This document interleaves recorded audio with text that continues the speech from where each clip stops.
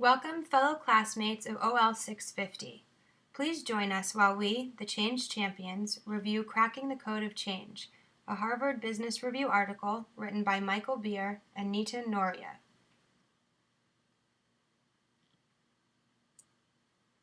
Both authors, Beer and Noria, are professors at the Harvard Business School in Boston. This article appeared in the Harvard Business School Press in October of 2000.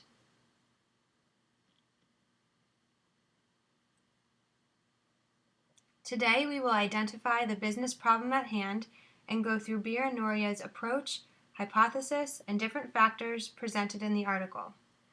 We will go through the lessons we can learn from their research and discuss relevant concepts to our course.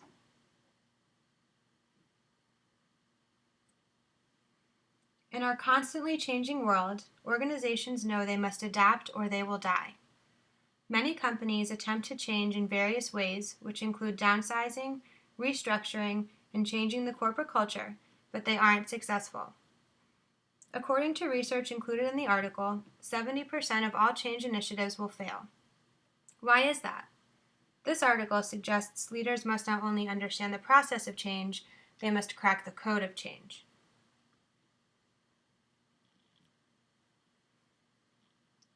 Two theories have emerged on corporate change: Theory E and Theory O. Theory E, a hard approach, is based on economic value and usually results in economic incentives, layoffs, downsizing, and restructuring. Theory O, a soft approach, is based on organizational capability and focuses on developing corporate culture and human capability through individual and organizational learning. This article explores each theory and how it has been implemented on its own. Beer and Noria then demonstrate how the theories can be combined to create successful, lasting change. In order to examine the two theories of change, Beer and Noria first needed to research each theory on its own. They studied two companies, both in paper production, and looked at how each executive approached change.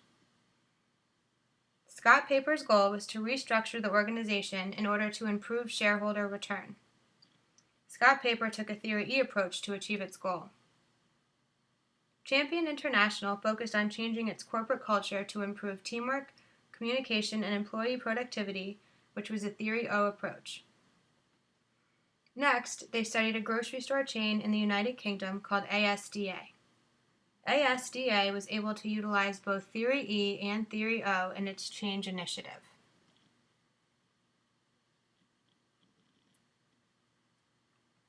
To show the differences between these hard and soft approaches, Beer and Noria came up with a system to compare the three companies.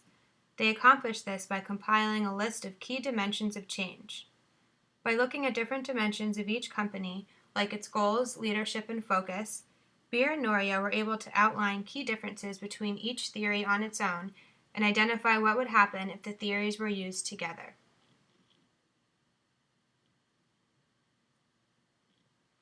Beer and Noria were able to outline different attributes of Theory E and Theory O. From studying each theory on its own, they were able to come up with a hypothesis for what a combination of theories E and O would look like. The authors suggest that if an organization can integrate theories E and O together, they will be able to successfully make lasting changes to the business.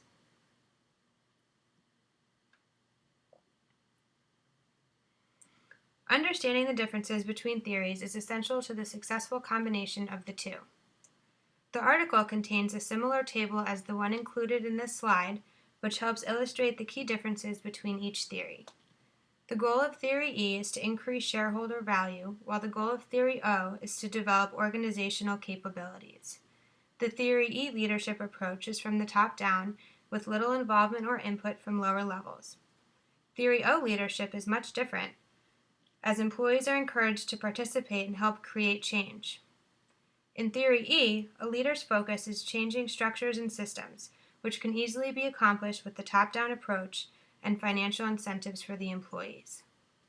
Theory O's focus is around changing the company's culture and the behavior and the attitudes of its employees, and it requires a deep-rooted commitment from its employees in order to create change.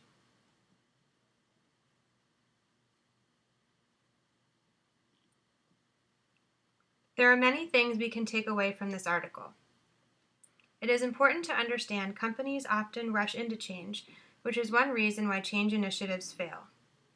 Leaders get lost in the plethora of change initiatives and lose focus on the main goal. Trying to find the balance between both theories will allow a company to attain the short-term results from a Theory E approach while reaping the long-term benefits of the Theory O approach. ASDA envisioned a high-performing, innovative company where increased shareholder value was the highest priority.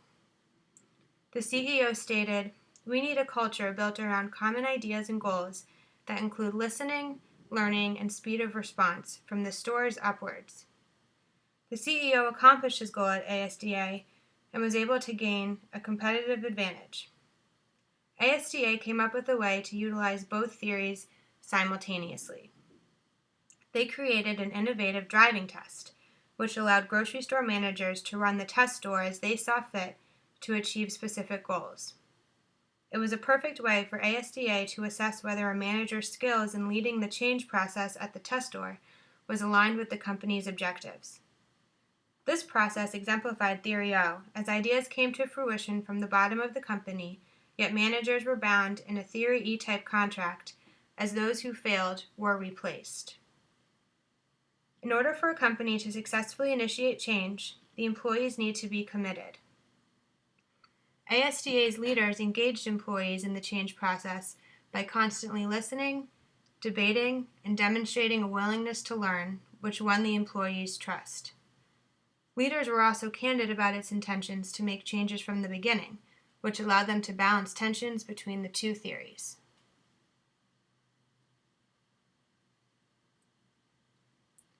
The underlying themes throughout this article expand on a variety of topics we have discussed throughout the course.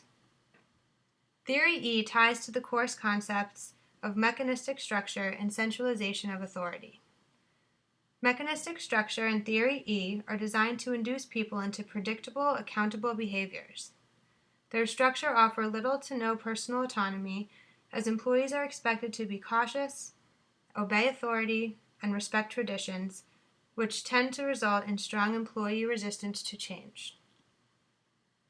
Theory O change strategies are based on organizational culture.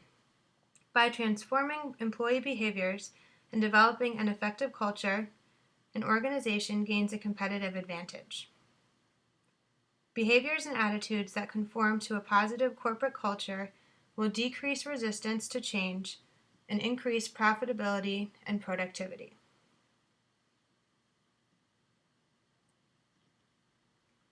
We have also learned how organizational culture affects planning and implementing organizational change, as well as employee attitudes towards change. An organization's culture affects its performance and ability to remain competitive. Leaders must promote a culture that fits their company's strategy. By encouraging innovation and learning and empowering managers to develop efficient systems, companies are able to maintain high levels of success. As seen in the article and this course, in order to thrive and adapt in today's economy, organizations must be in perfect step, utilizing theories E and O when building its culture and enhancing shareholder value.